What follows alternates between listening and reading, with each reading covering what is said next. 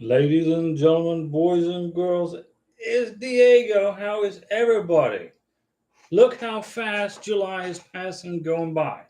It's July 19th, 2023, and we are still waiting for our welcome letter from the National Visa Center from New Hampshire, just like you guys. Although some of you are waiting for your NOA2 letters, or you're here because you want to learn how to fill out a K1 visa package. Okay, we're glad to have you along. It's hot and sweaty here in Florida, and Karina is watching us live from our apartment in Bogota, Colombia. Now, Karina is originally from Caracas, Venezuela, but she is a legal resident of Colombia. And we have an apartment way up in the Andes Mountains. And, it's there, it's cold and miserable. And here it's hot and sweaty. So we're fighting, we're trying to figure out what's the best climate. Kaiser H. Hi, Diego. I am happy that I got my NVC welcome letter yesterday. Okay, Kaiser H. See, you got it right. I told you was going to get it after waiting for exactly 90 days. Exactly 90 days. Imagine that. And you received your NOA2 approval notice. So now my case file is in transit. And thus, no, okay, that's fantastic. So that means it's headed to the embassy. When it's in transit, it means it's going to the embassy. And Just XSM says, yo, Diego. What's going on there, Just XM? Mr. Nas, welcome back, Mr. Diego. I was just here. Now I'm back already. But that's good. More information for you guys.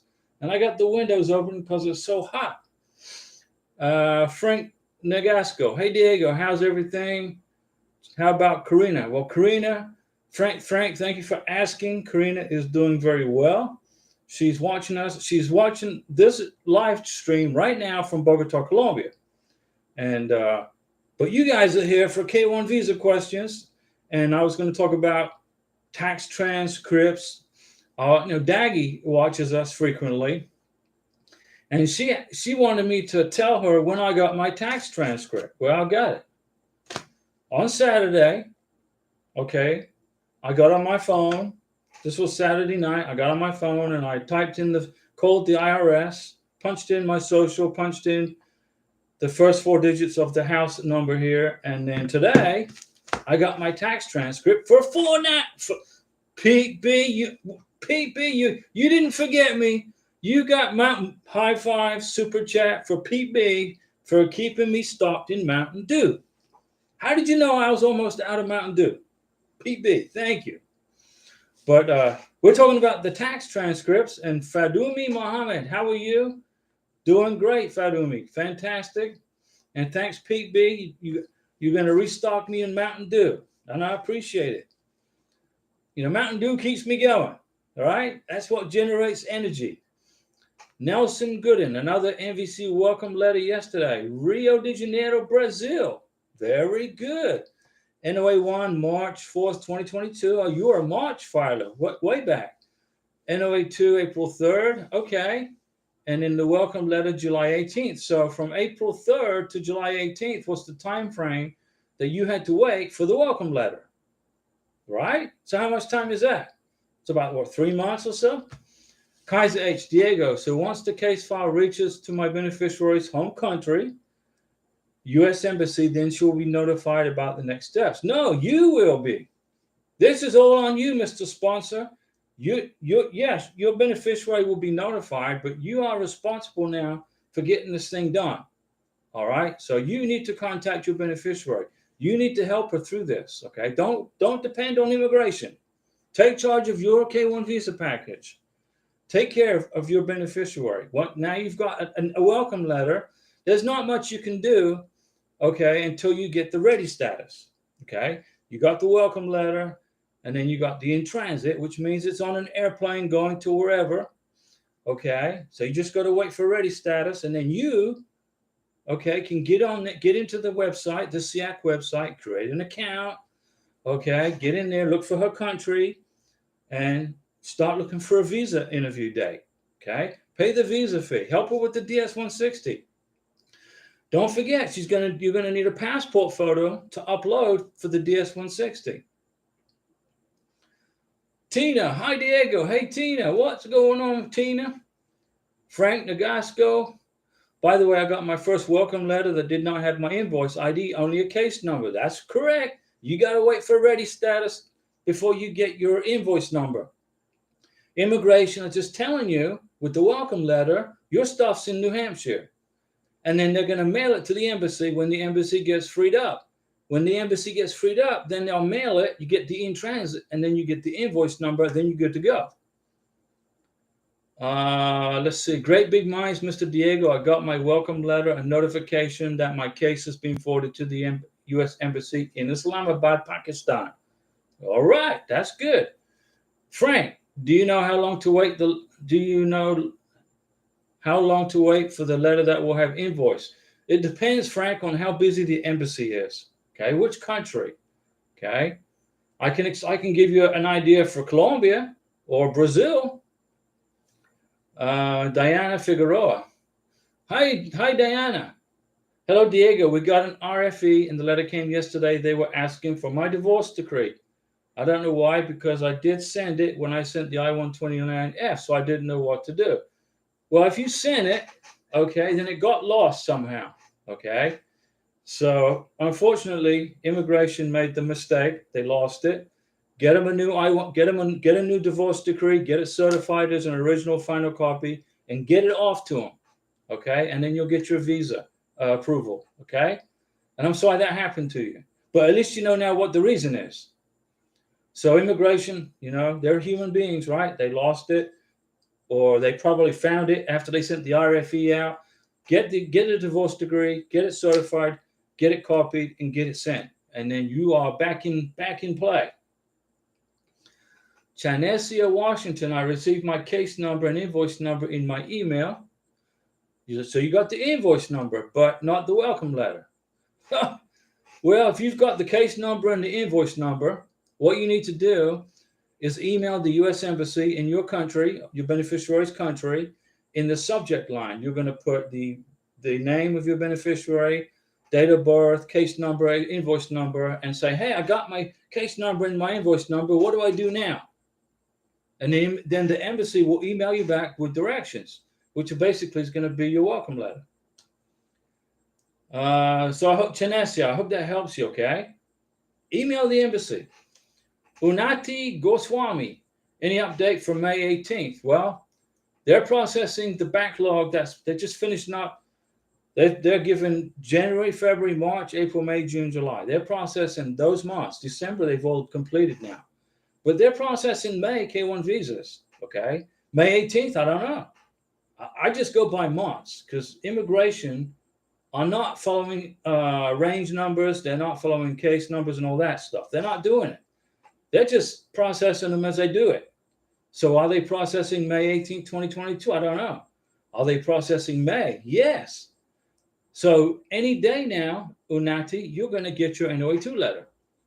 Nelson Gooden, Bama is Brazil, a big country. She lives in Recife. 1,300 miles from Rio de Janeiro. Yes. Closest civil surgeon is in Rio. But we will deal with that inconvenience because we are getting close. Put on a plane, fly her up there, okay, and get in a hotel maybe. Do it that way, Maybe you can find somebody that lives in that part of Brazil, make friends with them on Facebook. Say, hey, I need help. I need for a place to stay, for a little while. I don't know, but it's difficult. Yeah, it's a tough process. There are some people that live in Russia that have to leave Russia to go to Poland to do it.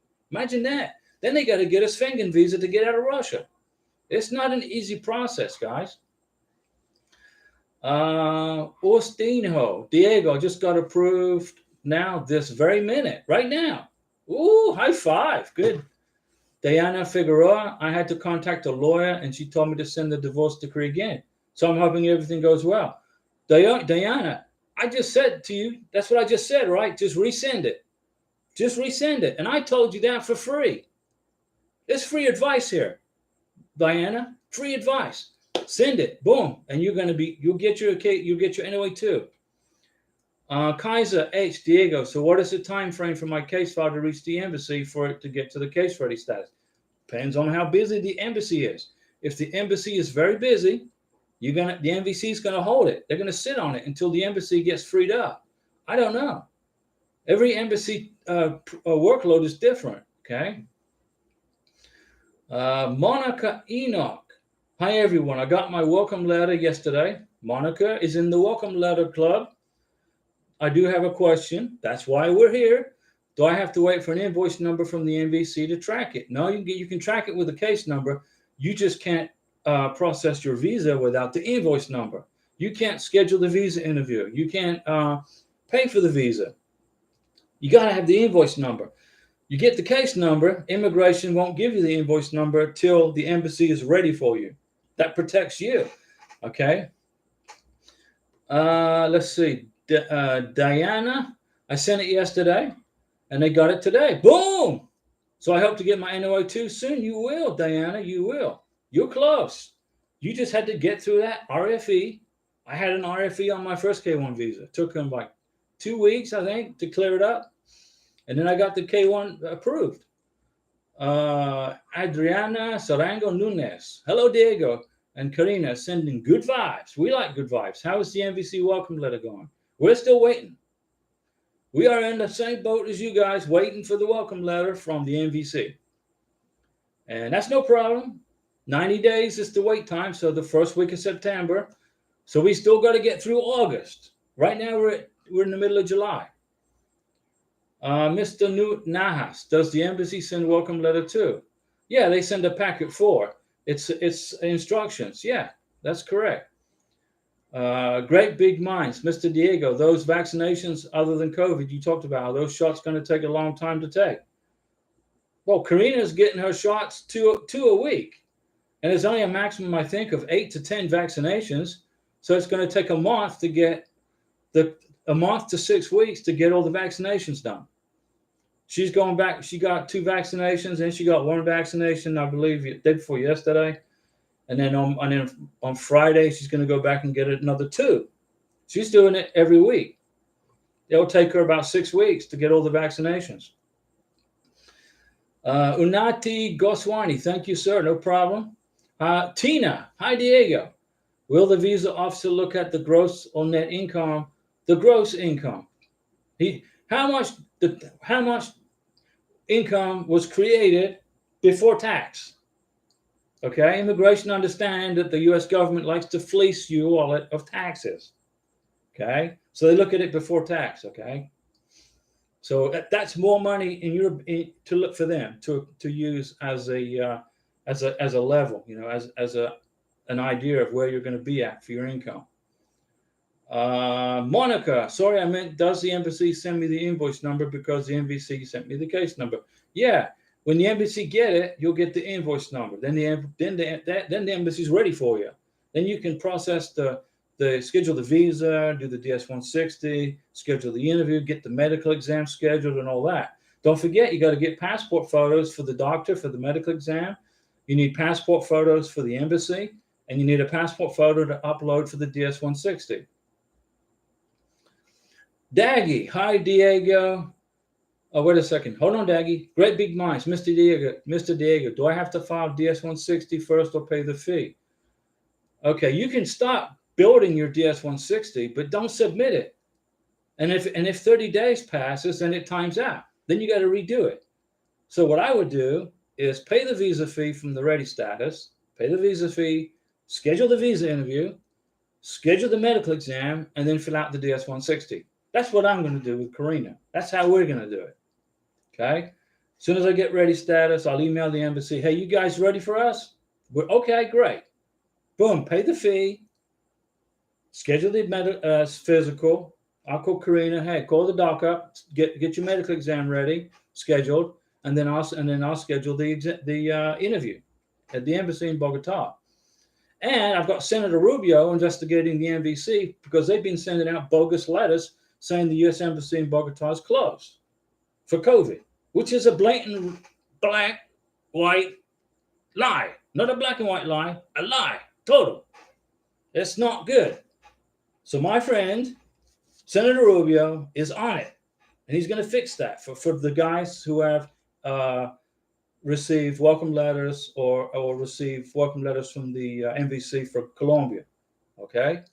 There's no immigration, the MVC are just irritating me right now. Diana Figueroa, thank you so much, Diego. No problem, Diana. Glad to help you. Daggy, hi, Diego. Another welcome letter joined the club yesterday. Daggy, guess what? Guess what I got? I got my tax transcript. Remember, on Saturday, I got on my cell phone and I ordered my tax transcript. Today is Wednesday, and I got it. So what's that? Sunday, Monday, Tuesday, Wednesday. So what, 4 days? Something like that. It's quick. Daggy, what is the next step after transit? You wait for ready status, Daggy. When you see transit, that means your visa is in an airplane going to the embassy. So now what you're going to do is you're going to wait for the ready status, and then you can really get moving. Monica, Diego, would it be better if we are proactive and have our fiance take all the vaccinations now while we're waiting for the interview? Yes, Monica, get it done. Get all the vaccinations done. The reason I say that is because the civil surgeon could do one of two things. He could say, well, you don't have any of your vaccinations done, so we're going to make you wait another 3 months while you get your vaccinations completed, right? So you get put in a delay status or 221G administrative hold. You don't want that. Karina is right. This month, she started her vaccinations. Okay. She got like 3 done already. On Monday of next week, she's getting more, 2 more. So by the end of August, beginning of September, all her vaccinations will be done. Every one. So then by the time we get her in the medical exam, she'll have her vaccination card and everything's done. And if there's anything missing, if the civil surgeon says, well, Karina, you need this one and you need this one. Well, then, okay, give it to me, doc. I'm right here. Give me the shot. And she's done. Get it done. Plus, it's cheaper. You know, a vaccination in Colombia is costing me between $22 to $24 a shot. It would cost me between $75 and $100 a shot here in Florida at a CVS or wherever. So it's a third of the price. Plus, it's going to speed up the K-1 visa to the green card. So by the time Karina gets here and we do the adjustment of status, her vaccinations are all up to date, okay? Because when you adjust the status to the green card, you must include the medical exam, the I-693 form, plus the vaccinations, okay? If you don't, you're going to get an RFE. And then that's going to slow up your green card processing. I see lots and lots and lots of people getting RFEs when they're adjusting status to green card. Why? Because they didn't include the medical exam. They didn't include their vaccinations. So the immigration officer is saying, where's the medical exam? Where are the vaccinations at? And let's get in RFEs. That will slow up your green card by 2 or 3 months. Just think like an immigration officer, okay? Think like or watch the show. You guys are on the channel watching the show, and you're getting all this advice for free, and it's going to help you, and it's going to save you in the future headaches, money, and time and stress. Okay? Let me see here. So, Monica, go ahead and get the vaccination started. Get the ball rolling. Antonio, hello from Balingasag, Philippines. Antonio in the Philippines. The beautiful, beautiful Philippines. The land was like 7,000 islands, right? In the Philippines, about 7,000 islands. It's a beautiful country. Ayam Ajago. Hi, Diego. Hi there. Great big minds. Mr. Diego is close to 50 grand a year above the poverty guideline. You're good. You've probably doubled it. You're good. You're fine. Daggy. Okay, great. Now I'm going to order my tax transcript. Thank you for letting me know. It's right here, Daggy. I got it in the mail today. It took about 5 days. Monica, Diego, do the vaccines have to be done with the civil surgeon? No. They have to be done by a doctor or a pharmacy or a nurse. They got to be done by a qualified medical practitioner in the country of your beneficiary. For Karina, it's in Bogota, and it's doctors everywhere. So she's getting her vaccinations done by a doctor, okay? Female doctor. And then the doctor puts it in her computer with her passport number. Karina was here. Here's her passport number. Boom. She annotates on her vaccination card she got a vaccination. That's a real vaccination right there, guys. It's in the computer for the government. It's noted at the doctor's office, and it's noted on her vaccination card. The civil surgeon will look at it and go, check, that's good.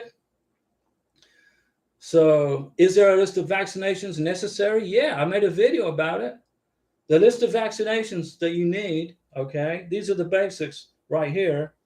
The basic vaccinations that you need, okay? Mumps, measles, rubella, polio, tetanus and diphtheria, toxoids, DPT, pertussis, Haemophilus influenza type B, hepatitis B, maybe hepatitis A. Then they probably could combine the two. The doctor maybe probably combine those two.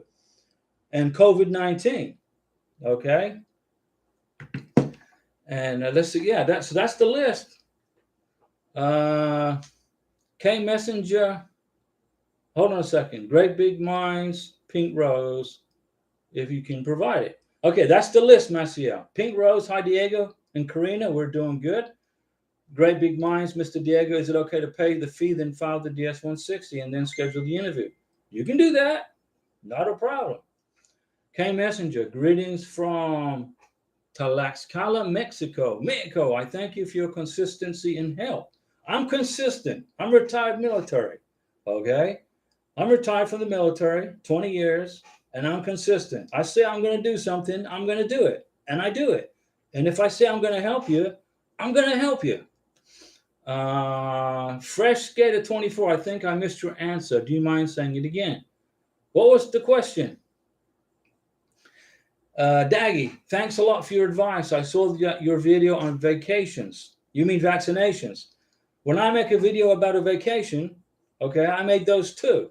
But I think you're talking about vaccinations. My fiance is going to take all the vaccinations before he gets here because it's much cheaper to do it there. You are suggesting to do all. Get them all done, Daggy. Get them all done. So I'm going to save you. Imagine this, okay? Imagine it's $100 here, $25 in your beneficiary's country. Okay, so I'm saving you $75 per vaccination. Suppose it says 10 as a rounded up number. 10 times 75 is $750. I saved you almost $1,000. Not bad, right? Christy Garcia, hi Diego, how likely is a B2 visa to be approved for my beneficiary while we wait for the K1? He's a legal resident of Malta. Christy, I lived in Malta for 2 years. I lived in Slima, I lived in Valletta. And I've been to Malta 3 times. Beautiful country. Beautiful country, beautiful country. I love living in Malta. What the immigration officer will do at the embassy in Valletta, I believe the embassy is in Valletta, he'll look at and see what's the abuse level of B2 visas in Malta. Because lots of people get a B2 visa, come to the United States, and then they get married. And they bypass the K1 process. If Malta has 0 or a minus or a plus 1% or less of tourist visa abuse, then then your fiance will get a B2 visa, no problem. It depends on the abuse level at the embassy in Malta, and they track it. They track this stuff, guys. I mean, but yeah, hopefully that answered your question, Christy. And Malta, you need to go to Malta for a vacation. Go and spend a month in Malta. Go swimming. Go to Golden Bay. The restaurants are great. Go on a Dysa ride. Now, a Dysa is a Maltese boat, if I remember. Let's see here. Great Big Minds. Hey, Diego, does all those shots of vaccination affect physician medical tests? No. If immigration didn't want you to get vaccinations, they would tell you not to get vaccinations. Get the vaccinations done. You're going to be just fine. Get them done. Get them all done. Pink Rose, Kaiser H, and Great Big Minds, if you do not mind. Pink Rose wants to know your NOA2 dates. Great Big Minds while using the invoice number. Okay, that's good. That's why it's there. Kaiser H, Pink Rose, my NOA2 was April 19th, 2023. And thus I got my welcome letter in exactly 90 days to the day. Very pleased and happy. So Kaiser H, 90 days. Very good. That's what I've been saying, right? You get the welcome letter in 90 days. Jeff Mantok. Hello, Diego. Jeff, high five. Fresh Skater 24. Hello, Diego. MVC sent me confirmation that they have sent my case to the embassy. Okay. I also checked on the SEAC. The SEAC, boys and girls, ladies and gentlemen, is the Consular Electronic Application Center. And it says in transit, and MVC has given me my interview date. Woo, look at you. But haven't been given the date. Are you on a K1 visa or a spousal visa? Fresh Skater 24. Brian and Jacqueline. Hello, Diego and Karina. Hey, Brian and Jacqueline. High five. PB, so far you have saved me at least $2,500. That's a lot of Mountain Dew. PB, I'm glad I've saved you $2,500. Use that money for your fiance, for going on a honeymoon, take her on vacation, buy her a new dress.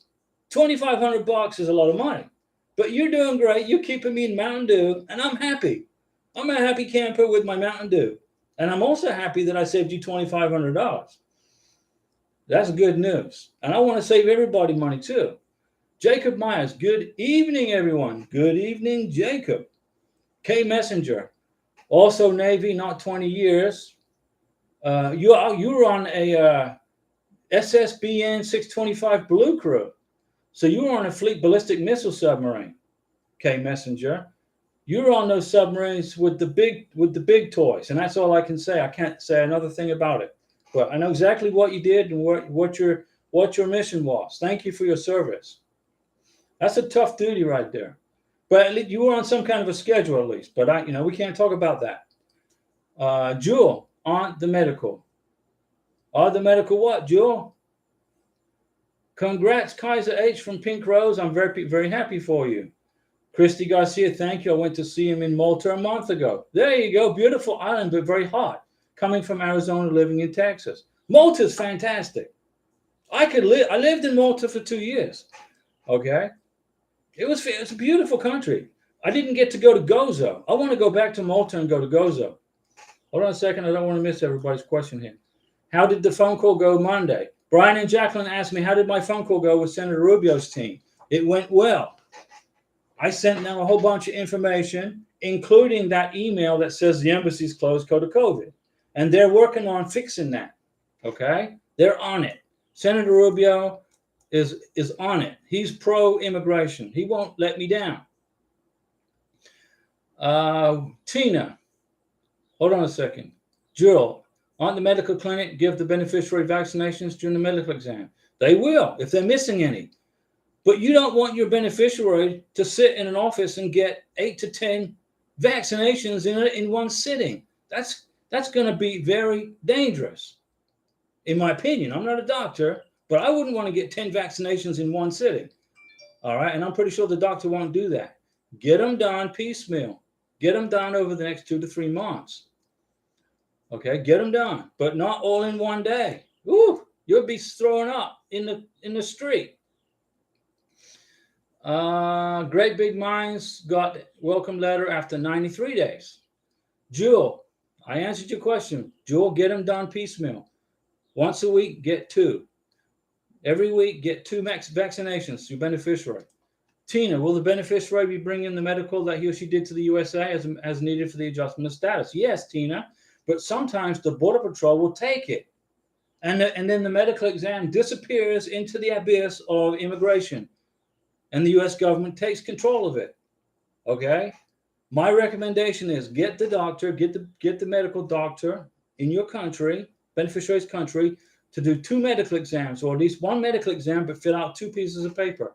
Fill out 2 I-693s. Okay? 2. Because then you got 1 for yourself in case the Border Patrol take the other one. And don't open it. Okay? Don't open it. Get 2. Get the civil surgeon to fill out 2 I-693s for you. One for immigration, and 1 for you to give for the adjustment of status. And that will prevent you from having to get another medical exam. But if you go to the Border Patrol, you land at Miami International Airport and the Border Patrol take everything, then you have to redo the medical exam. And this is the mistake that people are making.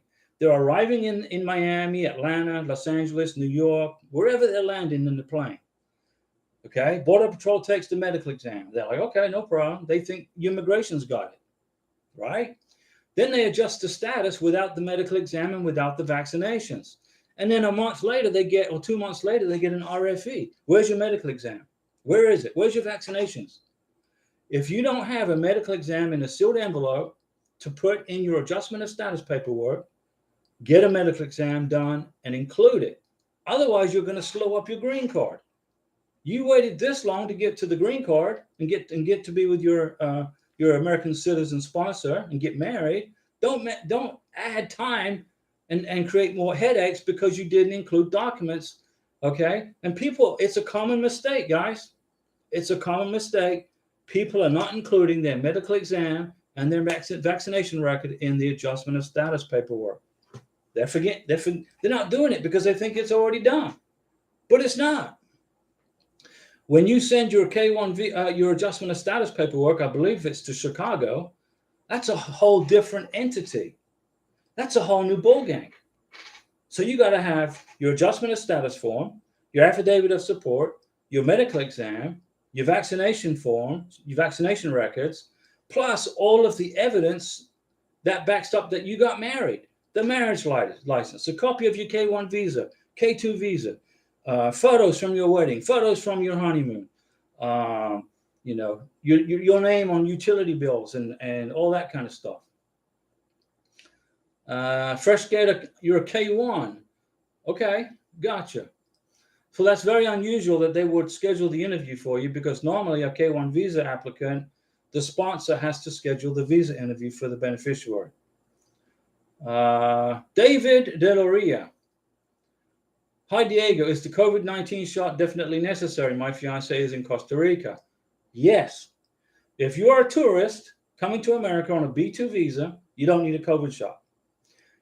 If you are a non-immigrant, you're coming into the United States as a non-immigrant on a K1 visa, which then changes into an immigrant adjustment of status for green card, you got to prove that you have a COVID vaccination, mandatory. Now, that's coming directly from the White House to the CDC to USCIS. Okay? That's how that came about. So it's mandatory right now. Monica, thanks, Diego. I'm having trouble with inputting my case number from the MVC. Am I supposed to include all the letters? Yeah. The letters, the first three letters identify the country or the city. It keeps saying it's invalid when I go to the visa status check. Try it without the letters. But the letter, I think it's 4 letters. T. In fact, I got it right here. Let me see. For Colombia, it is BGT for Bogota, and then the number. Let's see. Great big minds, and I'm from South Asia and Pakistan. Beautiful Pakistan. Pink Rose hopes I'll help you evaluate the dates, timings. There you go. Sorcha Anderson. Hi, Diego. Which form is the affidavit of support, and how do I go about the K2 visa? Okay, Scorcha Anderson. Let me explain to you real quick. K1 visa is a declaration of financial support, Form I-134. K1 visa, your sponsor will fill out Form I-134, which is a declaration of financial support. Okay?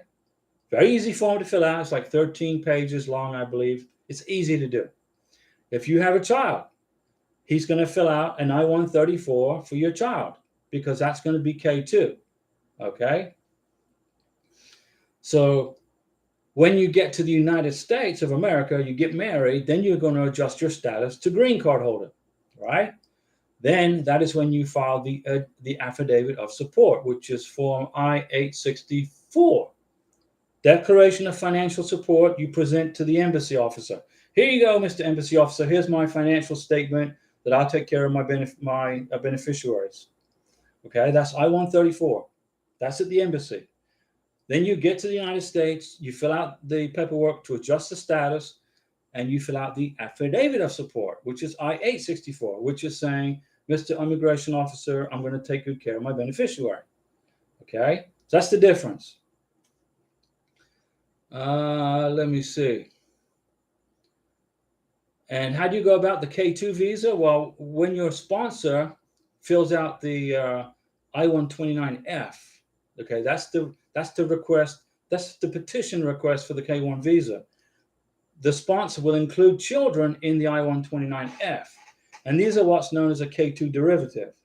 So the children piggyback off of the K1 beneficiary, all right? And then when it gets to the embassy level, you're going to fill out a DS-160 for the beneficiary and a DS-160 for the child. So you got to have passport photos ready to upload for the mom and for the child, okay, or children. That's the difference between declaration of financial support and affidavit of support.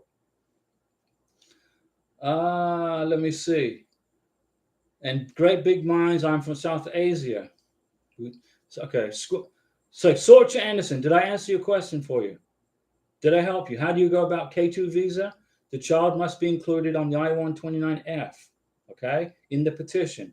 So immigration knows that you're going to be bringing a child to the United States. When it gets to the embassy, you fill out a DS-160 for the beneficiary and for the child. Pay the visa fee for the beneficiary and for the child. Upload the passport photos, etc. I-134, beneficiary and the child.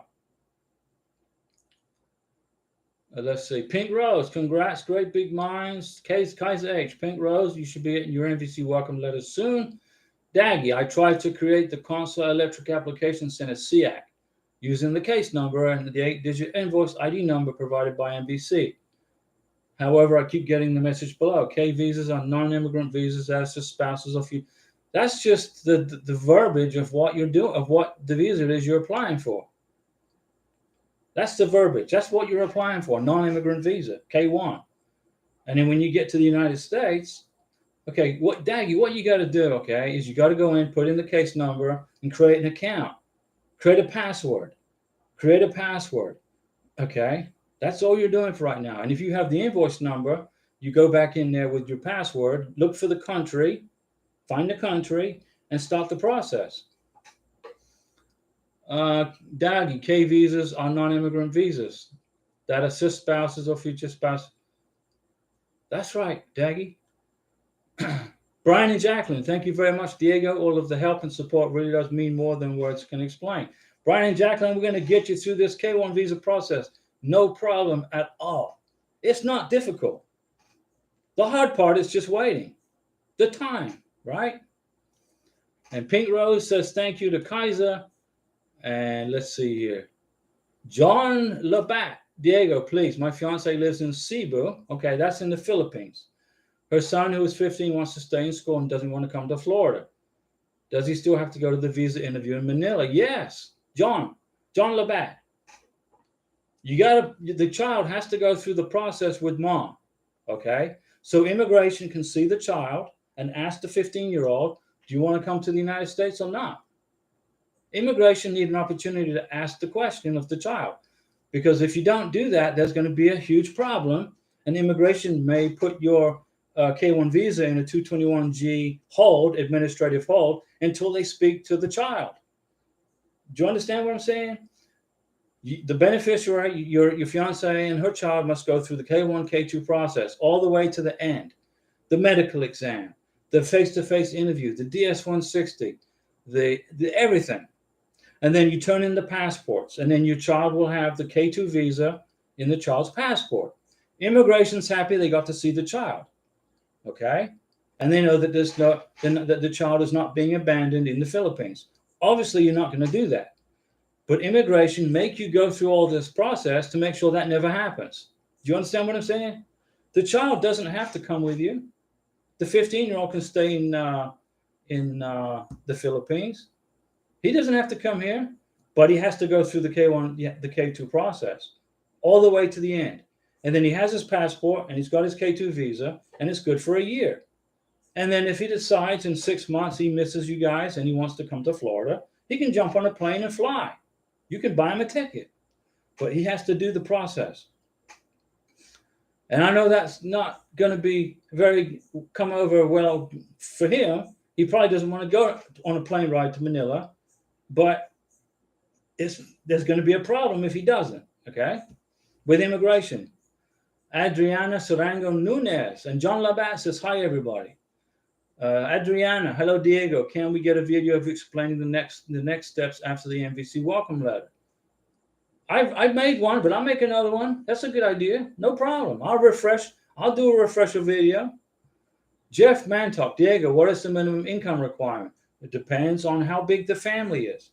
And it depends. If you live in Alaska or Hawaii, the minimum income is higher than the 48 other contiguous states. If you have a family of two, okay, a family of three, a family of four, a family of five, a family of six, the family size determines the income requirement. Okay, I made a video about it. Go through the videos, page through the videos, and look for minimum income requirements for 2023. Look for that, and you'll watch that video, and I explain it all to you. Let me see. Great big minds. Where are we going to use the MERV slip? You're going to bring it to the embassy interview, so the consular officer can see that you paid for the visa interview. Don't lose that receipt. If you don't have that receipt, you don't have a visa interview. That is gold. Okay? Don't lose that. Tina, where do I get the I-693 form for my beneficiary? Go into uscis.gov/forms and look for form I-693. Go into uscis.gov/forms, look for page down, look for I-693, and fill in what you can and print it. Check. Okay, you got that? Gene Chin. I have copies of my tax returns from TurboTax. Okay, could I use these as transcripts? No, they're not transcripts. Those are copies from TurboTax. Get the transcripts, guys. Right here, I just got my transcripts for 2022. I also have my 1040 back there in the bedroom in a folder. So for my tax return for Karina, when I go to Colombia, I got my tax transcript, I got my 1040, I got my 1099s. And then the immigration officer is going to say to Karina, I need your tax return. And then Karina is going to say, you want tax return or tax transcript? And she's going to say tax return. Here it is. Or the immigration officer may say, I want the tax return and I want the tax transcript and the W-2s and the 1099s. You never know.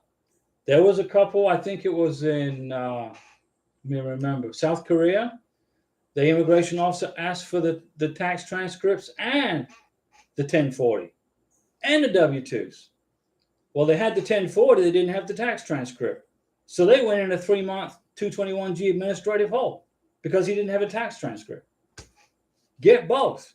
Tax transcript, 1040, W-2s, 1099s, bring them to the embassy. Bring 3 years worth. I got tax transcripts for 2020, 21, 22. And then when I adjust the status for Karina's green card, and I fill out the adjustment of status paperwork, I will be including my 2023 taxes because I'm going to file my taxes in January. Get them done. Government likes to spend my money on whatever, so I just get it done early. Let's see. God's Power Thomas. Hello, Diego. Hey, God's Power. I just remembered the guy who helped me fill my DS-160 May 25th. He filled out that I have COVID certificate and I'm yet to take the COVID shot. Please, is there anything I can do to correct my DS-160? So he said you had COVID, the COVID shot, but you haven't. Then get the COVID shot. Get it.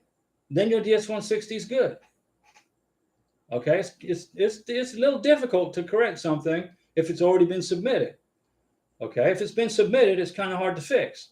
But if it's just in a hold, if you filled it out but you haven't submitted it, you can go back in and make corrections. Daggy, the system doesn't let me create an account because the case is not ready. That's what I've been telling you, Daggy. Your case isn't ready.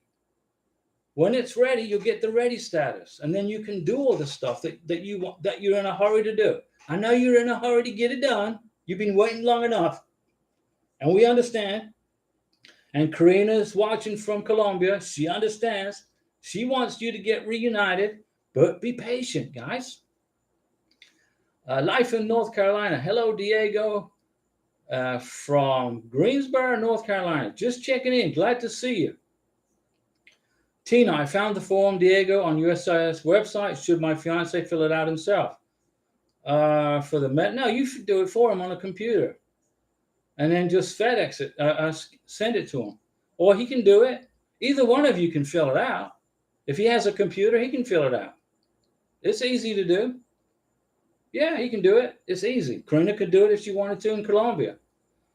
But make sure there's no errors on it. It's not much to fill out on a DS on the medical exam. There's very little paperwork for that. The I-693, yeah, it's easy to fill out. Your beneficiary can do it. Bahu, tax transcripts for 3 years, but I don't work for 1 year. What shall I do? Tax transcripts for 2 years. Get tax transcripts for the 2 years that you were working. Tina, I am concerned that the Border Patrol will take it away. Get two. Get 2 medical exams. Okay? Go get the medical. Here's what we're going to do for Karina. She goes to the doctor in Bogota. She has a medical exam. The doctor says, I'm going to send here's your medical exam in a sealed envelope. Karina's going to say, can I have another one? The doctor say, well, there's going to be a charge for that. 100 pesos, 50,000 pesos. Okay, here you go. And then she'll have 2. But if the doctor doesn't do that, then when we get to the United States, I'm going to go to Pensacola with Karina and get her a medical exam repeated. And the vaccinations looked at. The vaccination card will be checked. I'm going to get a brand new I-693 done. The vaccinations will be checked, and then I'll include that in the adjustment of status. Either way, folks, boys and girls, ladies and gentlemen, you must include a medical exam, I-693, and vaccination documents in the adjustment of status for the green card. If you don't, you're going to get an RFE. And then your green card will be delayed 3, 4, 5 months. John Labatt, I told her, but she gets upset. Well, John Labatt, she can be upset, or she can not get her green card, not get the visa. Ask her, do you want a visa or not? How important is the visa to you? You know, Karina will tell me when she gets her vaccinations at night. She tells me, well, my arm is hurting so badly, and I'm sorry for her, but it's a process. John Labatt, History Blitz. Diego, hope you're well. Doing good, always. How did you deal with the multiple filings over the years? It was a nightmare. Must have been hard. It was difficult, beyond hard. There's no words. Much respect for all you do here for the community. History Blitz, thank you. My first K-1 visa was a nightmare. So was the spousal visa, okay?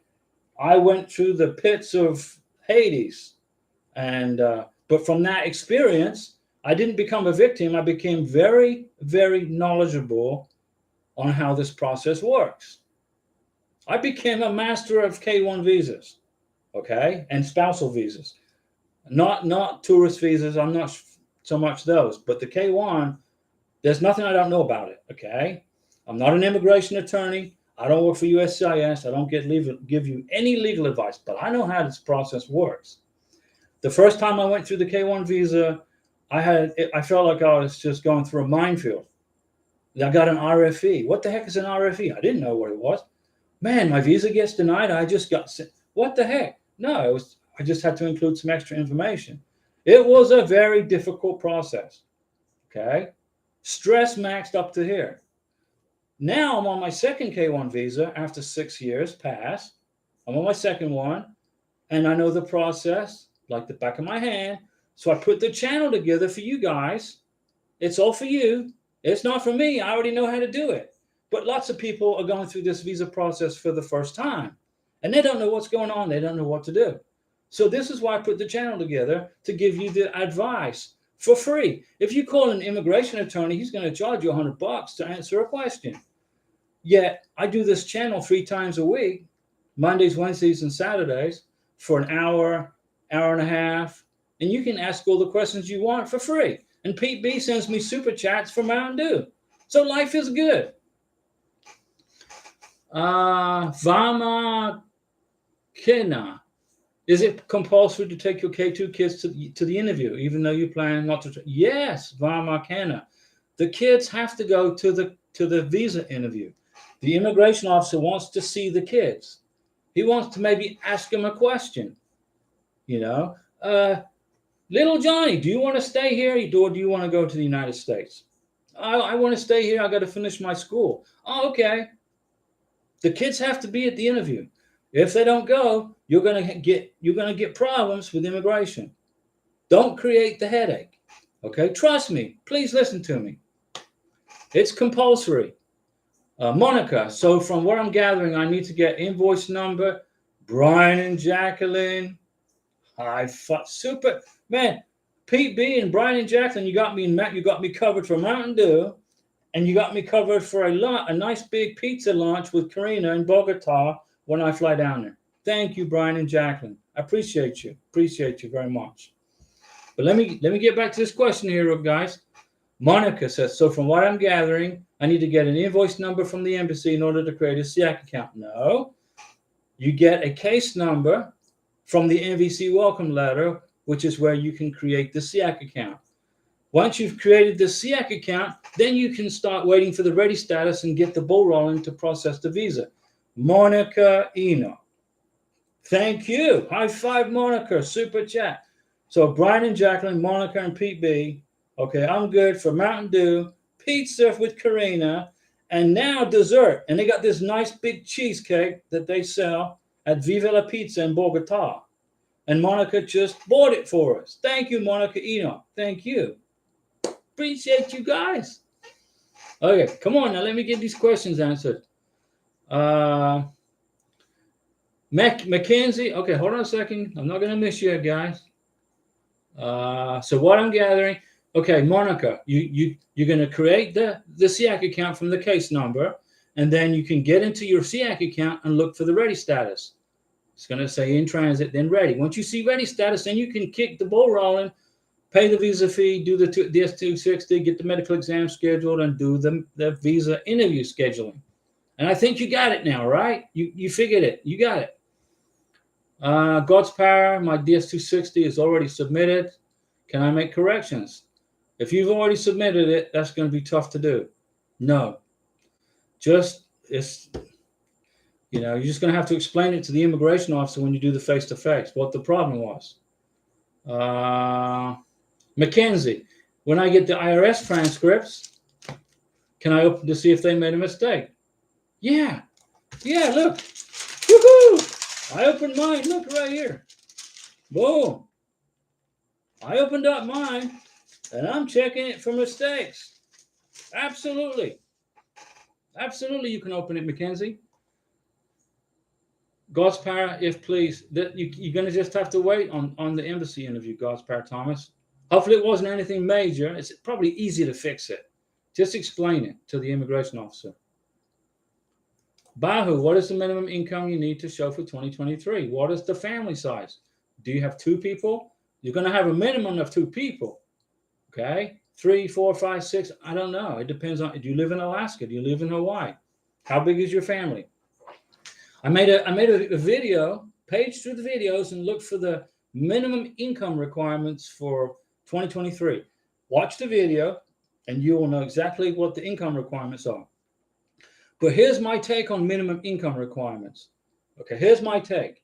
You've been Googling all over the place, and it says 100% is the minimum federal guideline for the embassy interview for the K-1 visa, right? It says 100%. And that's correct. But when you get to the United States, you've got to be at 125% plus. So the immigration officer may give you a hard time at the embassy interview if you're only showing 100%. Now, if you can only show 100%, that's fine. You're still good for the embassy interview. But get a joint sponsor and have the joint sponsor fill out the I-134, get the tax returns, the transcripts, the letter from the employer, the pay stubs, etc., and bring that to the embassy interview. All right. So even though you meet the income requirements at 100% as per USCIS guidelines, Remember, you got to be jumping that to 125% when you go for the green card, and immigration at the embassy are going to look at that. Okay. And they may ask you, how are you going to get to 125%, even though you qualify for the K1? How are you going to do that? Have a joint sponsor. And if your income is at 125% of the federal income level, okay, rule of thumb is add $1,000 on top of that. Okay, so a family of three for 2023, minimum income requirements for a green card, 125%, is $31,075. So you want to make at least $32,500 to avoid an RFE for a joint sponsor. You want to be $1,000 to $1,500 above what the minimum is. Okay, trust me on this. Immigration are getting stricter and stricter and stricter on the income. Okay, so if you make $31,000, that's 125% for family of three. So you really want to be at $33,000 to avoid a joint sponsor. If you are at $31,000 and you can't possibly make any more money, that's your income, 31 grand. That's okay, but you need to get a joint sponsor. Include the joint sponsor in the adjustment of status. Immigration will make the determination if you need the joint sponsor or not. Do you understand what I'm saying? Cover yourself and prevent an RFE. You got it? You make $31,000. That's the minimum requirement for a family of three, 125%. Make sure you make 33 grand. If you don't make $33,000, get a joint sponsor and you'll be just fine. And then you won't have that headache. Michelle, wait a second. Let's see. I don't want to miss anybody. John Labatt, I will make a copy of this conversation so she sees it, made her make appointment to get her passport. Okay, there you go. Whatever evidence you need to get your beneficiary moving, okay? Because, the bottom line is get it done and get your beneficiary in the United States so you guys can get married and get through this, right? You want to get married. And I'm here to help you. And she's welcome to jump on the live stream and ask me directly, what do I got to do? And I'll help you. Adriana, hello, Diego. Is I-693 necessary for the visa interview or just adjustment of status? It's necessary for the visa interview and also for the adjustment of status. Adriana, you got to have a medical exam for the visa interview in the embassy. You got to go, your beneficiary has got to find a doctor, a civil surgeon approved by the embassy, and have a medical exam. The medical exam goes into a sealed envelope, okay? The doctor will give you the sealed envelope to give to the embassy officer. That's step one, okay? Step two, you're in the United States and you're adjusting status for green card. You got to include that medical exam or get a brand new medical exam plus vaccination documents to get the green card. So the medical exam is required for the embassy interview and the medical exam is required for the green card. So that's two times.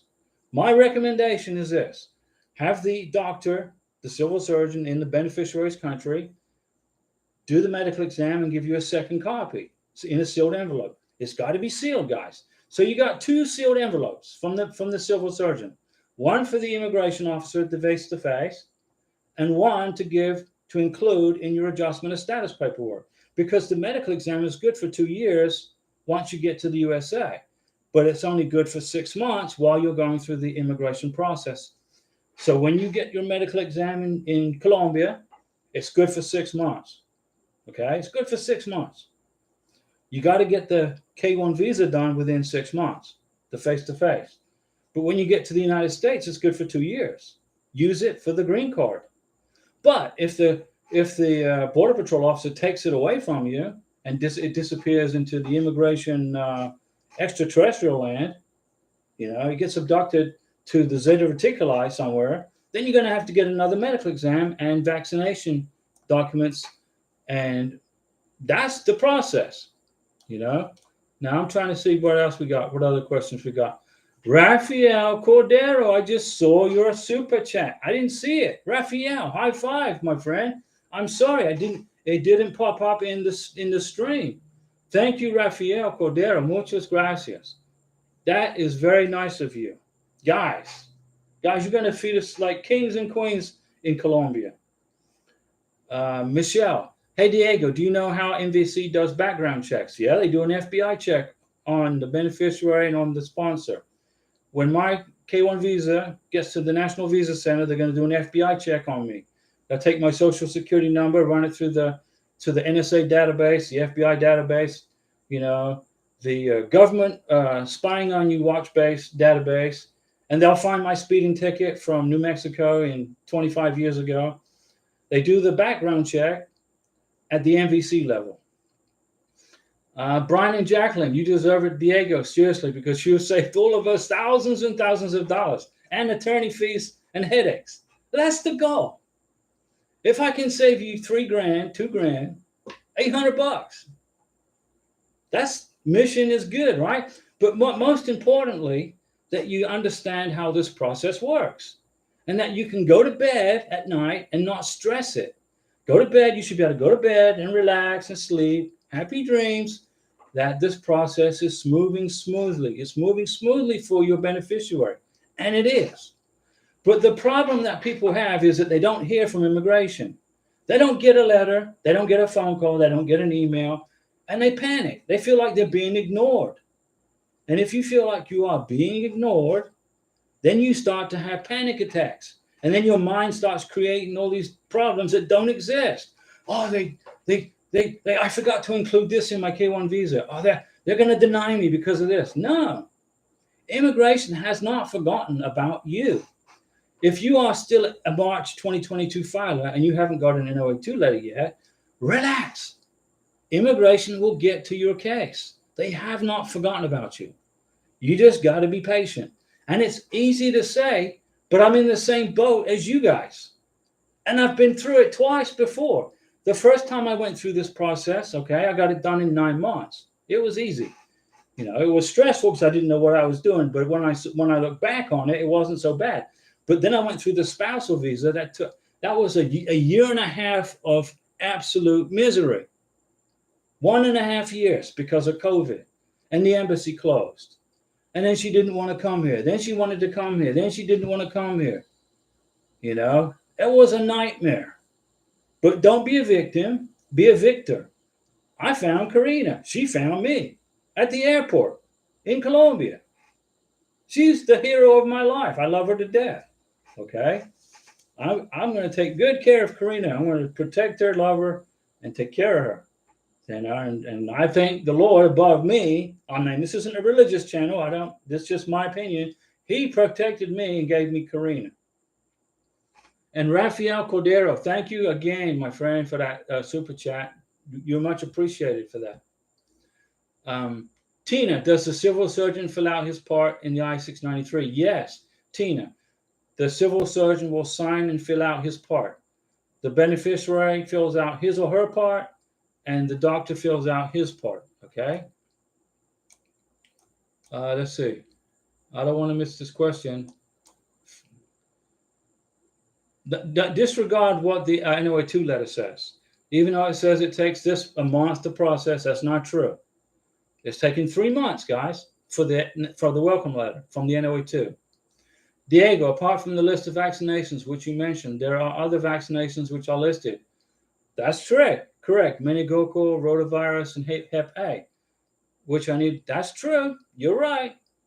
But that's not listed on the list from the civil surgeon in Colombia. I'm going by his list in Colombia. And the doctor in Colombia is going to go by the list that he has. Okay? Now, once I get to the United States, I'm going to get Karina in for her second exam. If she needs those, I'll get those. But I might just go ahead and get those vaccinations for her anyway, just to get it done. Tejaswini Mumadi, Kaiser H, did you receive welcome letter? Bahu, our tax transcripts for 2022 out. Right here. I got mine in the mail today. Finally. On the third try. Lucilla Floor. Hello, Diego. Hey, Lucilla. Clarify me, please. For a K1 visa, can my beneficiary avail of a joint sponsor if his income is not enough for 125%. Yeah.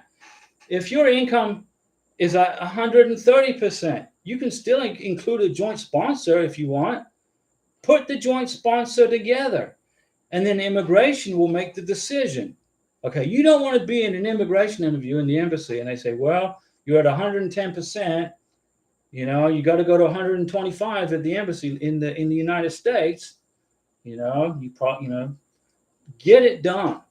If you're at 125%, okay, and you're not comfortable, that you have a feeling about it, get a joint sponsor. Let immigration say, hey, we don't need a joint sponsor. You're good. Okay, thanks. Visa approved. Do it. Okay. Michelle, do they check social media? They do at the airport. You land at Miami International, and the immigration officer, the border patrol officer, may ask you for your phone. Can I have your phone, please? Open it up. I want to look at your Facebook. I want to look at your Instagram. Yeah. U.S. citizens are not protected under the Fourth Amendment of the Constitution. American citizens are. So they can ask to look at your social media. If it's private, they may ask you to make it unprivate, just for them to look at, you know. But the likelihood of that happening is very low, very slim. They mainly look at the social media accounts of people with a blocked or a locked account coming from Syria, Iraq, you know. Now, I'm not picking on our friends in Syria and Iraq. They're good people. We love them to death.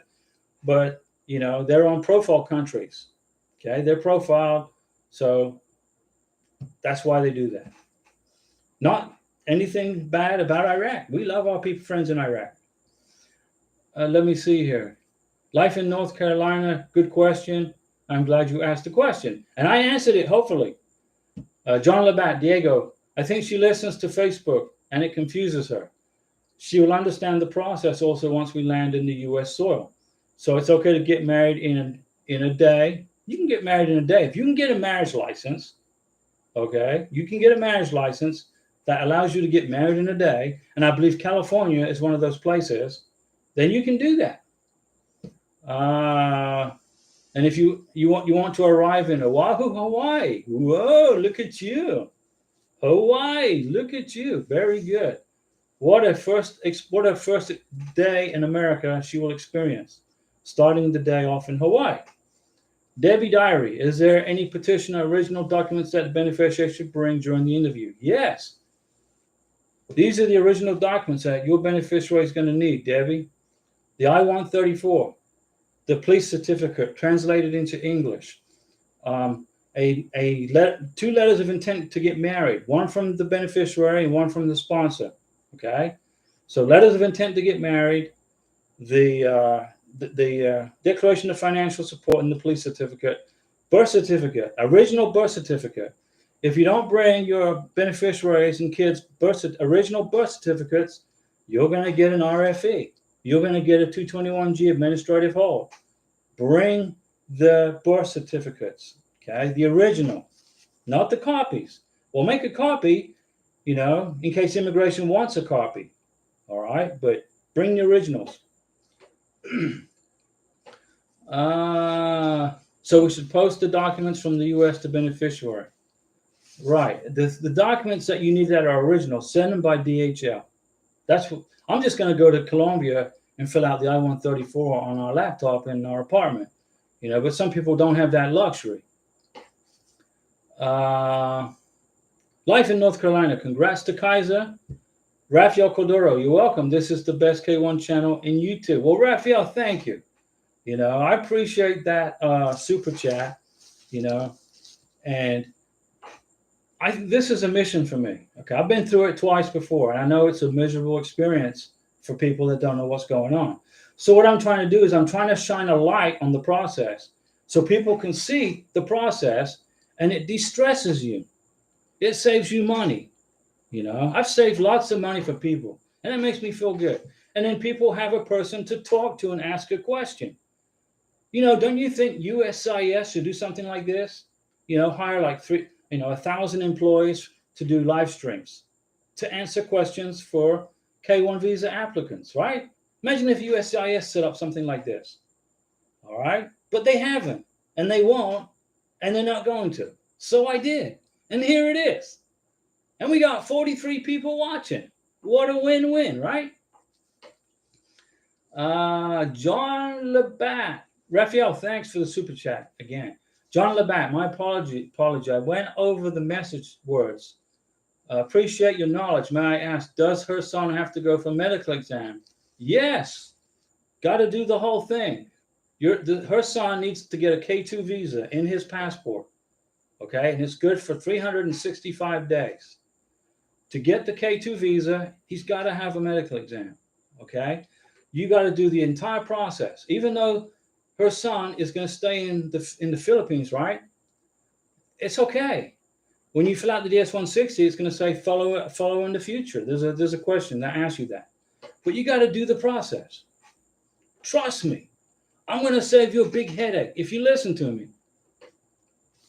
Edward Tubman Jr. Hi, Diego from Liberia. How long does it take to get a K1 interview at the embassy in Liberia? 2 to 4 months is the average, Edward. Kaiser, life in North Carolina, thank you, and I'm hoping that you get your MVC welcome letter soon. It's just a matter of time. Just be patient, like the way Diego says. Be patient. Go to bed, relax, because you guys know that today's Wednesday. You know, on Saturday, I'm going to be back here at 7 p.m. helping you guys, right? Asking your questions. I'll be here. I'm going to help you. And then again, I'm going to be here, okay? And this YouTube channel is for you guys. Let me see. Monica, from what our lawyer said, she stated we need to wait 72 hours in order to get married. I live in Texas. Why would you want to wait 72 hours to get married when the law of that state says you can get married in 24 hours? The state of California says you can get married that day. You just got to fill out a marriage license request and pay for it. Okay, and then find an office that can host you, because they're very busy. LA, Los Angeles, all the big cities in California are very busy. You know, but 72-hour wait for what? I don't know. Ask her why. Ray, Arizona, just got my NOA too. High five, Ray. Good job. Nica Siete. Senator Rubio office notified me today they will assign my case to a caseworker. There you go. This is good news because my fiance interview was back 4/9/23 and has been waiting for her visa ever since. Get it done. Boom. Senator Rubio is going to put on his boxing gloves, okay? And he's going to help you. I spoke with him yesterday. DP, congrats, Ray, Arizona. And Nica Siete. I'm the guy who, in Managua, Nicaragua. Right, I remember. You were jacked around by the embassy. I know, I remember. And Senator Rubio will return fire on the embassy in Managua for you. Because you got to remember, Nicaragua is a communist country, okay? The president, Ortega, he's another tin-pat dictator like Maduro in Venezuela, okay? Like Cuba, just a dictator, okay? U.S. Embassy, the U.S. government don't see eye to eye. And you can understand why, right? So Senator Rubio will get in there and fix that and mop it up for you. Life in North Carolina. I agree with you too, Cordero. Well, thanks. Nancy Fenilda. How many days for case number? We are now 70 days. From Indonesia. Beautiful Indonesia. Now, I believe Indonesia has 2 big islands with a big body of water that separates them, if I remember. But you're at 70 days, so you got another 20 days to go. About 20 more days. Okay, Nancy? And you'll be good to go. Hang in here, guys. I know it's not easy going through this. Okay? It's a difficult process.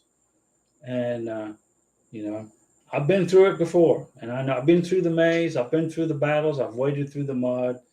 And all that information that I collected over the last 8 years doing K1 visas never leaves my head. when you have a bad experience, right, you don't forget it. Well, my first K1 visa and spousal visa was a bad experience. I'll never forget it. And I'll never forget the process. So here I am putting the channel together for you. This is your channel. It's not mine. It's your channel for you, for a place to you to go to get information like this. Because immigration is not responding to your inquiries. And nine times out of 10, I know the answer to the question. Nikki Asieti, it's just frustrating because we're both single, no kids, and never been married. You got a basic, simple case. It's not complex at all. You're right. Yet the embassy's dragging their feet. Yeah, Nikki Asieti, Senator Rubio's team, they've assigned you a caseworker. The caseworker is going to have you sign a form to say you give him permission or her permission to contact immigration. Boom. We'll get your visa, okay? We'll get it for you. Adriana Sarango Nunez. Hey, Diego, I'm the beneficiary, not the sponsor. Okay, thank you. But my fiance is in Minnesota. Got you. Adriana, thanks for clarification. Remember, I may be able to remember lots of things, but I can't remember everything. And you got to remind me sometimes, okay? You know. DP, hey, Diego. Hey, how do we write up the second letter of intent to get married? Do we need to beef it up more? Okay. I made a video about it. I make videos about how to put letters together, letters of intent. But I'll go over it with you briefly so you got an idea of what to do. Number one, you're going to address the letter to the U.S. Embassy visa section. Let's take Karina, for example. 2, U.S. Embassy visa section, Bogota, Colombia. Okay? From petitioner. Okay? Letter of intent to get married. Okay? I'm a U.S. citizen. I'm legally free and able to marry Karina. I plan to do so within 90 days. This is my second letter of intent to get married. We've been together for 3 years. I've made 5 trips to Colombia. I stayed with her for 5 months, 10 months, and 3 months. I'll put it all in the letter. Karina's going to write her letter of intent to get married in Spanish. 2, U.S. Immigration Visa Section, Bogota, Colombia. From beneficiary. 2, whom it may concern. My name is Karina. I am from Venezuela. I am a legal resident of Bogota, Colombia. I am legally free and able to marry Diego, which I plan to do in 90 days. Our relationship is real and strong. We've been together for 3 years. He lived with me for 10 months, 5 months, and 3 months over the past 3 years. That wasn't in my first letter of intent to get married. In my first letter of intent to get married, I said I was living with her for 5 months. But that was in 2021, right? Going to 2022. We're almost in 2024. So a lot of things have changed. So you beef it up and you add to your letter. But you must include, you are a U.S. sponsor. You promise to get married within 90 days. You are legally free and able to marry. Those 3 things must be included in the letters of intent to get married. Critical that those are included. And then you wet ink, sign it in black, and date it. Okay? Piece of cake, guys. You can do this. Adriana. Hold on a second. Hey, Diego, how do we write up the second letter? Was that helpful to you, DP? Did that give you some idea? The first letter of intent to get married, you addressed it to the Louisville, Texas. The second letter of intent to get married, you're going to address it to the U.S. Embassy in your beneficiary's country of residence.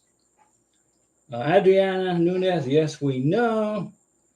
Thank you, Diego, the best channel ever. High five, Adriana. Thank you. Eric Hall, hey, Diego, any idea on the time frame between MVC welcome letter and ready status? Well, let me throw that for the Philippines, about 5 to 6 months, as of July 19th, 2023. But that can change. Things are getting faster, okay? USCIS are getting faster, but MVC is slowing down to like a 90-day turnaround. It was 65 days, now it's 90 days. But you'd rather have the NOA2 in your hand, right, knowing that your visa's been approved at the service center while you kick back, relax, waiting for the MVC, right? You'd rather wait for that with an approval letter, right? N, do we need to make new letters of intent to get married for the interview? Yes.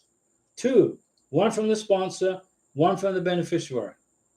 2 new ones. Address it to the embassy this time. DP, yes, it did. John Labatt, Diego, I believe in you, so no problem. I'm going to help you, John.